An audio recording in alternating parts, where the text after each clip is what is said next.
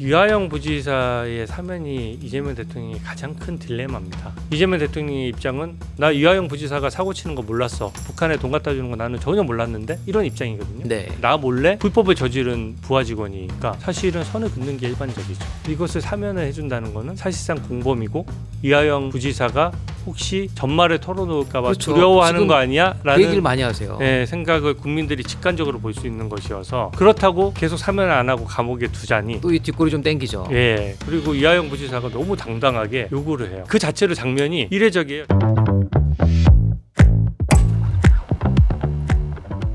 다른 후보들 얘기를 또 안 해볼 수가 없을 것 같아요. 지금 전당대회에 출마한 분들 네. 누가 최대 라이벌이십니까? 저는 그냥 당선에 대한 라이벌이라기보다 현재 네 분의 생각과는 저는 확실하게 입장 차이가 있습니다. 자, 지금 네 분 누굴까요? 저 7분 중에 네 분이 누구죠? 예.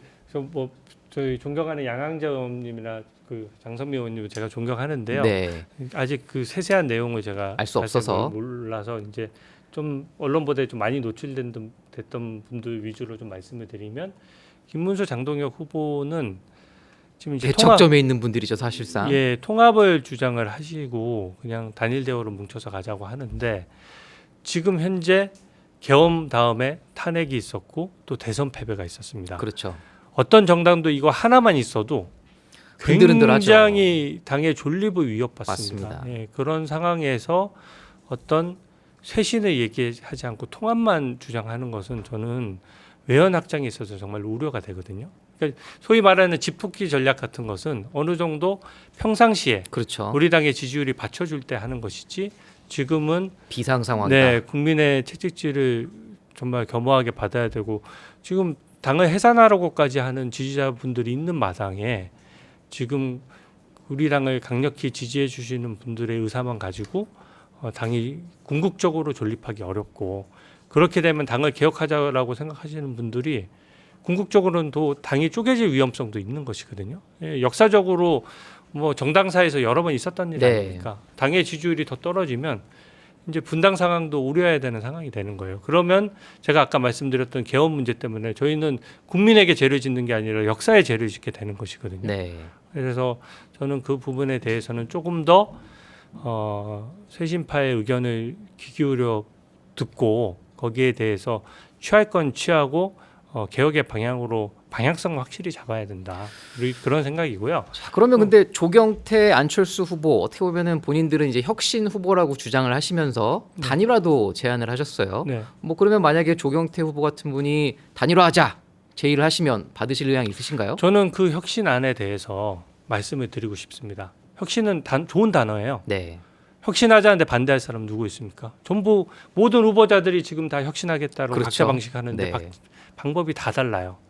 근데 제가 안철수 후보나 조경태 후보의 혁신안이 지금 제 생각을 담고 있고 그리고 제가 좀 안심이 됐다면 저는 당연히 안 나옵니다. 그럼 저는 그냥 최고위원 정도 출마해서 좀 더 당선 가능성이 높은 쪽으로 가면 돼요. 제가 그거 몰라서 그렇죠. 당대표 나온 거 아닙니다. 네. 근데 지금은 너무 선명하게 쇄신만을 중요하게 생각하다 보니까 일단 구도가 찬탄 반탄으로 나뉘었죠. 그렇죠. 저는 과거에 얽매여 있는 거라고 생각해요. 그리고 친길 반길로 또 나뉘었고 네. 또 그리고 지금은 뭐 제가 특정 후보는 말씀 안 드리겠지만 몇십 명씩 말씀하셔도 돼요. 특정 후보 뭐 몇십 명씩 하는 나가라고 건데 하는 생각이나 인적 쇄신의 범위를 굉장히 큰데 네. 그것이 그냥 저처럼 백의종군이나 현실에 기반하지 않고 뭐 출당하거나 이런 식의 생각을 하시는 거예요. 당을 나가라고 하는데 저는 어떤 훌륭한 지도자가 나와도 60석, 70석을 가지고 지금 현재 구도에서 아무런 야당으로서의 성과는커녕 계엄만 막아낸다면 계엄만 되게 될 것이다 이렇게 보기 때문에 저는 오히려 좀 구체적인 방안을 얘기해야 될 것 같아요. 네. 당의 시스템을 딱 누가 오더라도 더 이상 기존의 잘못이 반복될 수 없는 그런 구조를 짜는 게 저는 핵심이라고 생각합니다. 그래서 제가 오늘 또 개혁안을 하나 냈고 내일도 이제 하나씩 계속 낼 거거든요. 오늘 낸 개혁안 간단히 한번 설명해 주시면. 저는 의총 개혁안을 냈습니다. 의총이요? 예. 지금 언더친윤이라고 막 그 언론들이 네. 비판하잖아요. 네. 동아일보에서 제가 먼저 그 부분에 용어를 써서 비판한 것으로 저도 알고 있는데 제가 사실 언더춘윤이라고 하면 과연 구체적으로 누구냐라고 했을 때 의원들의 명단을 누구도 만들 수가 없거든요. 네. 근데 저는 그 문화를 지적하는 것 같아요. 지금 현재 제가 의총에 가보면 뭔가 중진 의원들끼리 몇몇에서 사전에 조율을 하고 그리고 몇몇 의원들이 나와서 강한 의견을 얘기하고 그러면 공개된 이제 비공개 의총으로 전환이 돼도 뭔가 초선 의원이나 재선 의원들이 생각이 달라도 거기에 대해서 뭔가 얘기하기가 힘듭니다. 네. 그래서 저는 의총을 거의 100번 이상 했는데도 뭔가 남는 게 없다. 의미 있는 결정을 내린 적이 없어요. 짜고 치는 고스톱 같다 뭐 이런 거잖아요. 그러니까 지금. 사실은 어떻게 보면은 개파 정치가 작동할 수 있는 어떤 구조적인 허점이 있다라고 보고요. 저는 어떻게 바꾸시고 싶으신가요? 저는 투표를 의무화하고 싶습니다. 투표의 의무화. 예, 지금은 다 투표하면 분열처럼 보여지니까 다 투표 안 하고 대충 거수해서 결정하고 박수 쳐서 추인하고 뭐 이런 식이거든요. 근데 무기명 투표할 것과 기명 투표할 것을 나눠서 예, 무기명 투표에서 좀 면바치는 것들은 신상과 관련된 것들은 뭐 이렇게 좀 네, 가리고 네, 무기명 투표를 통해서 정확하게 의사 표명을 하고 예를 들어 탄핵안이라든지 쇄신안이라든지 중요 당론 법안 같이 국민들도 관심이 큰 사안은 지금 우리 국회 본회의도 마찬가지지 않습니까? 투표하듯이. 기명 투표를 함으로써 자기가 자기 이름을 걸고 어떤 그 정치적 책임을 지면서 의총이 운영돼야 된다고 생각하고요. 의총에 원외위원장하고 보좌진과 당직자들도 30% 정도 추가로 그 국회의원 총회이긴 하지만 받아서 의결권도 주는 건가요? 네, 그분들도 발언권과 의결권을 동일하게 부여함으로써 당의 외연을 확장하겠다는 게 제 계획입니다. 아, 과연 지켜질지 기대가 굉장히 아니, 당연한 게 되는데요. 제가 당 대표 되면 바로 지켜지죠. 네.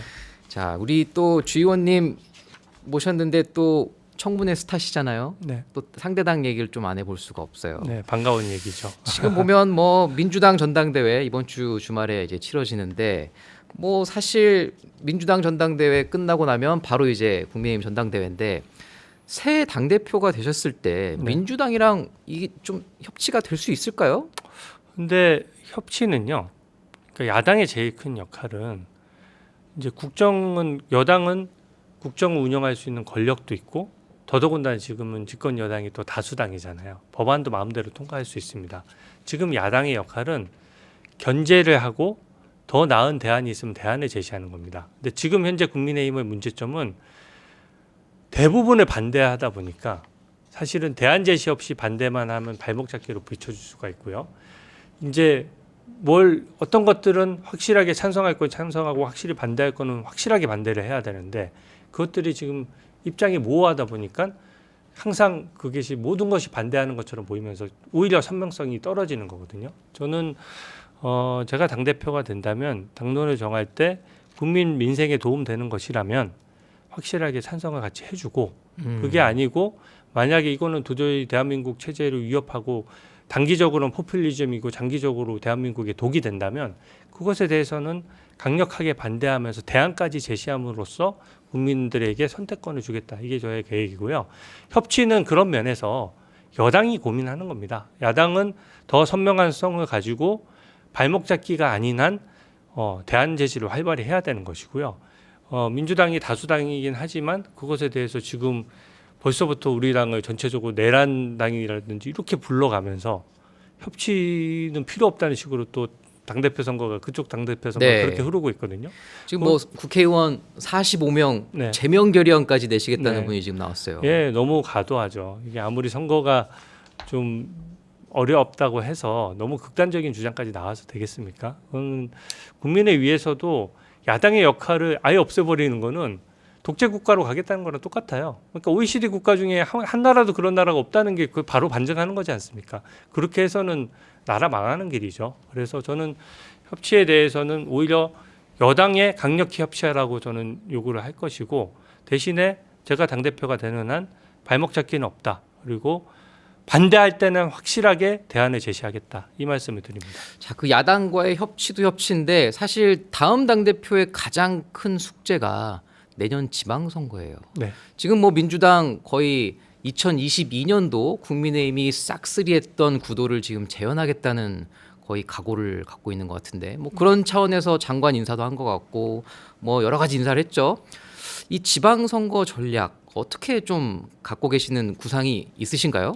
저는 모든 정책을 다 하려고 하면 이것 또한 국민 눈에 안 보입니다. 저는 이번 지방선거의 핵심 어젠다는 지방 살리기와 청년이라고 생각합니다. 청년. 네, 이 문제가 둘이 연결돼 있는데요.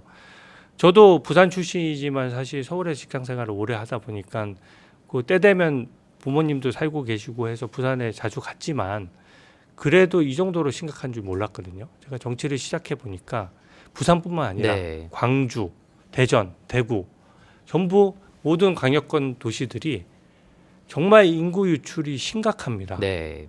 그 이유가 딱 하나예요. 일자리가 좋은 일자리가 없으니까 청년들이 떠나가는 것이고 특히 인구 중에서도 청년들만 많이 떠나가요.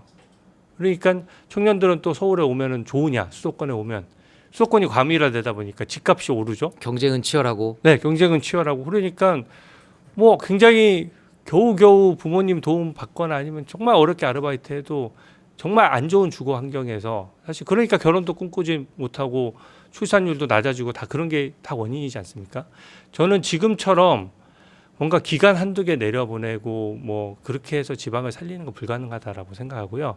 제가 저번 주말에 하나 저희 정책 대안에 하나 정도 제시를 했는데 더 패키지로 내야 되겠지만 뭐 예를 들어 기업에 현재까지 지방에 자유기업 도시나 이런 것들을 만들어서 지방에 세제 특혜를 많이 줬었거든요.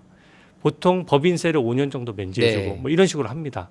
저는 상속세 감면까지도 고려해야 된다라고 상속세. 생각합니다. 네, 지금 우리나라 중견기업이나 중소기업들이 상속세 부담이 커서 이제 그 자녀들한테 못 물려주니까 해외로 빠져나가는 실정이거든요. 차라리 그럴 바에는 수도권 기업과 지방에 있는 기업에 확실히 차등을 둬서 지방에서 기업하는 것이 뭔가 법인세나 또 거기 근무하는 근무 직원들이 각근세 같은 것도 확실하게 세제 혜택을 줘서 지방에서 근무하는 직원들과 또 기업 이전할 수 있는 결정권이 네. 있는 거는 기업 경영권자잖아요. 그렇죠. 네. 경영권자한테 확실하게 인센티브를 주면 저는 지방으로 이전할 기업들이 많을 것이라고 생각하고 이 다른 거는 이 정도의 획기적인 대책이 아니면요. 지방 살리기가 어렵다. 저는 어렵다고 봅니다. 그런데 아까 또 청년 얘기를 하셔서 그런데 네. 어떻게 보면 지금 개혁신당이 새로 신당 창당을 하면서 기존의 국민의힘 좀 청년 지지층들이 많이 이탈을 했잖아요. 네. 뭐 아직 1년 안에 무슨 일이 어떻게 벌어질지 알 수는 없지만 네. 만약 지금 이 구도대로 선거가 치러졌을 때 혹시 그러면 개혁신당과도 연대하실 가능성도 있으신가요? 예, 근데 모든 정치 세력과의 연대는 사실 다 열어놔야 되는 거고요. 대신에 자강론이 우선입니다. 자강론. 우리 당이 지금 현재 17%의 지지율을 가지고 어떤 연대를 했을 때 네. 그 시너지가 나기도 어렵고 정당하게 어떻게 보면 합당이나 연대에 있어서 어떤 자기 목소리를 내기 어렵거든요. 저는 청년 정책에 있어서 지금은 사실은 문제점 위주의 지적이 많았어요. 청년들 왜 이렇게 빚을 늘려서 왜 이렇게 하냐라고 했지.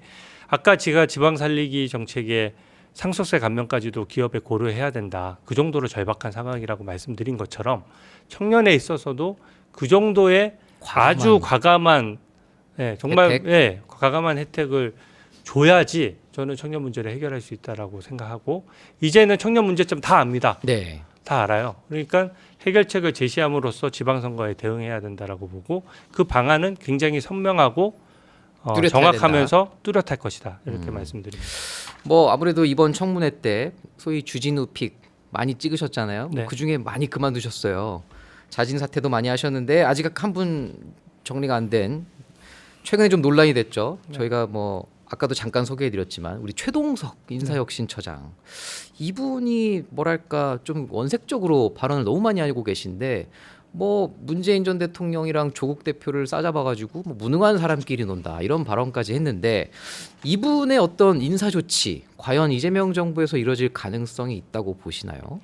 저는 주진우 픽을 하면서 저도 나름 빌드업 과정이 있습니다. 네. 초반에 뭐 무조건 물러나라 할 수는 없죠. 그래서 문제점을 지적하고 여론을 환기시켜서 문제점이 더 늘어나고 하면 어느 순간 도저히 이거는 국민 눈높이상 안고 갔을 때 정권에 정말 큰 부담이 되는 수준이 되면 사퇴 요구를 정식으로 하거든요. 야당 대표가 되시면 네. 대통령 만나서 직접 아닙니다. 제가 SNS로 지금 먼저? 야당 의원이긴 하지만 네. 뭐 강선우 후보자도 그렇고 이진수 후보자도 그렇고 제가 그 낙마하기 전에 직전에는 이거는 사퇴 반드시 해야 된다는 의견을 냈었고요. 오늘 오전에 최동석 후보자에 대해서도 또 한번 이것은 더 이상 안고 가기 어렵다라고 명확하게 대통령에게 바로 사퇴시켜달라는 요구를 했습니다. 그 이유는요. 일단 이 성폭력 2차 가해도 문제이고 이 표현들이 너무 저속하다 보니까 장애인 혐오 발언이 들어가 있고요. 어떻게 보면 공무원 인사 혁신의 수장인데요. 네. 그리고 제가 모두 까기 인형이라고 제가 그냥 이름 별명을 붙였는데요. 그냥 여야 할 것 없이 모든 사람들에 대해서 제대로 알지도 못하면서 그 사람들을 너무 함부로 평가하고 거기에 대해서 막말을 서슴지 않습니다. 그리고 제가 법사위에서 물어봤어요. 강선우 후보자 관련해서 혹시 막말 이슈에 대해서 어떻게 생각하냐고 네. 하는데 TV가 집에 없어서 자기가 그걸 모르겠다라고 얘기를 하더라고요. 아 그때 질의하시는 거 저도 봤어요. 네. 좀 과하지 않습니까? 이게 지금 공무원들의 인사를 하려고 그러면은 저는 그 막말보다도 실력이 너무 없다라는 생각이 저도 들어요. 좀 이해가 안 가던데요. 네. 그 답변이. 그래서 지금 그 대통령실 입장은 그거잖아요. 아 실력과 어떤 개혁의 방향성이 맞기 때문에 막말을 참아주세요 이런 건데 그 막말의 수준이 어느 수준을 넘어서니까 이게 말이 사람 마음의 거울이잖아요. 그렇죠. 말을 보면 그 사람의 수준을 알 수 있거든요. 이분은 공직자로서 만약에 이분이 그 공직자 윤리위원회도 인사혁신처 소관 아닌가요? 그렇죠. 윤리위원회에 떠나서 공직자로서 만약에 이분이 구급 공무원 시험을 봐서 면접을 봤으면 바로 아웃이죠. 광탈입니다. 광탈. 그렇죠. 네, 그러니까 바로 탈락이고 그렇기 때문에 이분은 공직 유지가 어렵고 아마 하도 욕하신 분들이 많아서 그 욕먹은 분들도 가만 안 있을 것 같아요. 저는 곧 사퇴하실 수도 곧 있다. 사퇴할 것이라고 저는 예측합니다. 네. 그런데 또 어떤 분들은 아 이거 사퇴하실 분이었으면 본인이 이거 수락도 안 했다. 뭐 아마 그냥 쭉 논란을 그냥 지나갈 때까지 기다릴 수 있다. 이렇게 보시는 분들도 있긴 근데 있어요. 고위공직자의 사퇴는요. 다 자진 사퇴 형식을 빌리는 거지만 그렇죠. 대통령이 결정하는 겁니다. 강선우 후보자도 자진 사퇴 형식을 빌렸지만 결국엔 사실은 그 한겨레 보도도 났지 않습니까? 네. 김현지 비서관이 먼저 연락해서 전화했고. 그러고 사표를 낸 거죠. 그 전에 사표 낼 태세가 아니었잖아요. 그러니까 그런 것처럼 결국 국정 동력을 떨어뜨릴 정도가 되면은 어쩔 수 없이 사표를 받는 것인데요. 최동석 후보자는 사표를 받을 수밖에 없는 게 이게 너무 대비돼요. 다른 사람들에 대해서 너무 막말로 함부로 말을 하고 네. 이재명 대통령은 또 뭐 하늘이 낸 사람, 뭐 대장동은 천재적 작품 뭐 이런 식의 너무 보통 사람들이 하지 않을 만한 그렇죠. 나 뜨거워서 할 수 없는 그 아부를 하다 보니까 네. 이게 너무 대비되잖아요. 그런 경우에는 유지가 어렵습니다. 그 윤석열 정부에서 이제 법률 비서관 뭐 소위 이제 거의 민정수석 역할을 하셨던 분이시니까 또 여쭤보는 게 이번 8.15 광복절 사면이 이제 어떻게 보면 이재명 대통령 첫 사면이잖아요. 네. 그런데 지금 걸려 있는 분들이 너무 많아요. 뭐 네. 이화영 전 부지사도 있고 김용, 정진상 이런 대장동 측근들부터 해가지고 심지어 어제 우원식 국회의장이 조국 전 대표까지 면회를 갔었죠. 네. 과연 이재명 대통령이 이분들 사면할 가능성이 있다고 보세요? 근데 이화영 부지사의 사면이 이재명 대통령의 가장 큰 딜레마입니다. 현재 이제 형을 7년 8개월이나 받고 확정이 돼 있죠. 대법원 판결까지도 네. 났어요. 재심 사유도 없습니다. 그런 상태에서 이재명 대통령의 입장은 나 이화영 부지사가 사고 치는 거 몰랐어. 북한에 돈 갖다 주는 거 나는 전혀 몰랐는데 이런 입장이거든요. 네. 그러면 보통은 그런 경우에 나 몰래 불법을 저지른 부하 직원이니까 사실은 선을 긋는 게 일반적이죠. 이것을 사면을 해준다는 거는 사실상 공범이고 이화영 부지사가 혹시 전말을 털어놓을까 봐 그렇죠. 두려워하는 지금 거 아니야? 그 라는 얘기를 많이 하세요. 생각을 국민들이 직관적으로 볼 수 있는 것이어서 그렇다고 계속 사면을 안 하고 감옥에 두자니 또 이 뒷골이 좀 땡기죠. 그리고 이화영 부지사가 너무 당당하게 요구를 해요. 근데 그 자체로 장면이 이례적이에요. 자기 그 모셨던 도지사 이재명 도지사 몰래 사고를 친 거면은 솔직히 더 세게 처벌받거나 혹시 다른 거라도 더 뒤져서 불이익 받을까봐 좀 절절매야 되는데 그렇죠. 마치 민주투사가 된 것처럼 본인 사면을 응원해 달라고 막 메시지를 내잖아요.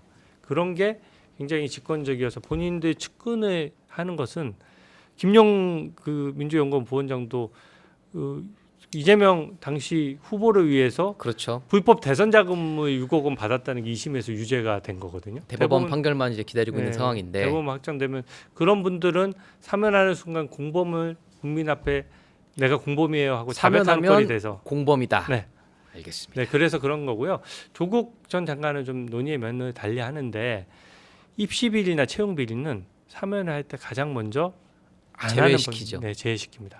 거의 살인 강도에 준한다고 보고 음, 왜냐면 한 사람의 인생을 바꾸는 측면도 있고 청년들의 일자리 문제가 대두되면서 불공정 이슈는 어떤 정권도 무시할 수 없는 내로남불 또 불거지겠죠. 네, 그런 문제가 있고 기본적으로는 형량을 최소한 3분의 2 이상 살았을 때 보통 국민들은 사면 대상이 됩니다. 근데 이건 지금 4분의 1도 안 살았잖아요. 네. 그러니까 이게 특혜 사면이라는 지적이 나올 수밖에 없는 것이고 그 부분은 이재명 대통령이 당 대표 시절에도 특혜 사면이라고 비판해온 부분이 있기 때문에 저는 조국 전 장관에 대해서 저는 사면을 하려고 하는 것 같아요. 네. 왜냐하면 정성호 법무장관이 직접 그 좀 얘기를 했었고 사면에 네. 대해서 긍정적인 얘기도 했고 우원식 국회의장이 저는 처음 봤습니다. 국회의장이고 대한민국 권력 서열 2위가 교도소까지 가서 면회를 하는 걸 저는 그러니까요. 처음 봤거든요. 한 저도 번도 보신 적 뭐 없죠. 네. 태어나서 처음 본 것 네, 같아요. 네, 뭐 제가 아직 길게 살진 않았지만 네, 그런 40몇 년 동안 처음 봤어요. 네, 그런 것들이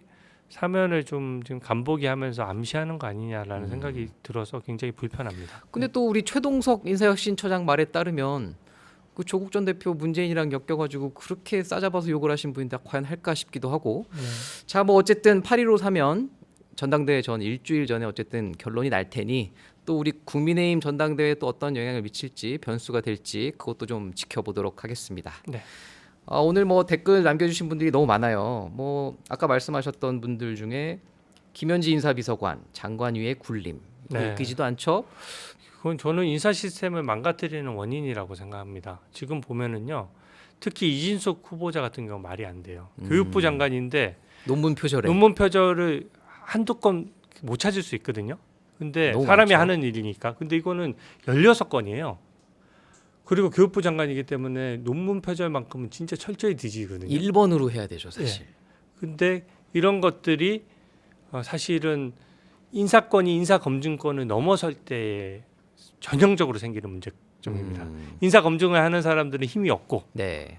이분들이 못 찾았을 리가 없어요. 찾았지만 어쩔 수 찾아서 없이 인사했다. 근데 찾아서 실무적으로 보고를 해도 예를 들어 보고하는 사람이 뭐 김현지 비서관이거나 정권의 실세면 보고하면서 인사검증에서 가져온 거를 일부 빼도 되고요. 그 의미를 좀 축소해서 보고를 해도 되고. 그러니까 인사권자의 눈을 가릴 수 있는 부분이기 때문에 저는 현재 너무 쉽게 찾을 수 있는 것들이 너무 걸러지지 않는다. 저서나 발언은 네. 전부 다 기본적으로 걸르는 거고 SNS에 너무 과도한 발언이 있으면 미리 인사검증팀에서 좀 내리도록도 해요. 네. 근데 최동수 후보자는 눈만 뜨고 나오잖아요. 그렇죠. 그러니까, 예. 그리고 강준욱 비서관 같은 경우에도 조서에 버젓이 이렇게 좀 안 좋은 것들이 있는데 그걸 걸러내지 못한다는 면에서 저는 인사검증 시스템이 이제 무너져 있다. 그리고 인사 파트가 성남 경기 라인이 인사 파트를 장악하고 있으면서 벌써부터 문고리 권력화되는 거 아니냐 이런 우려를 합니다. 네. 오늘 또 우리 주진우 의원 네. 나오셔서 아주 좋은 말씀 많이 해주셨는데 앞으로 당권 경쟁 저희가 어떻게 될지 관심 있게 지켜보도록 하겠습니다. 지금까지 주진우 국민의힘 의원 모시고 얘기 나눠봤습니다. 네. 감사합니다. 네.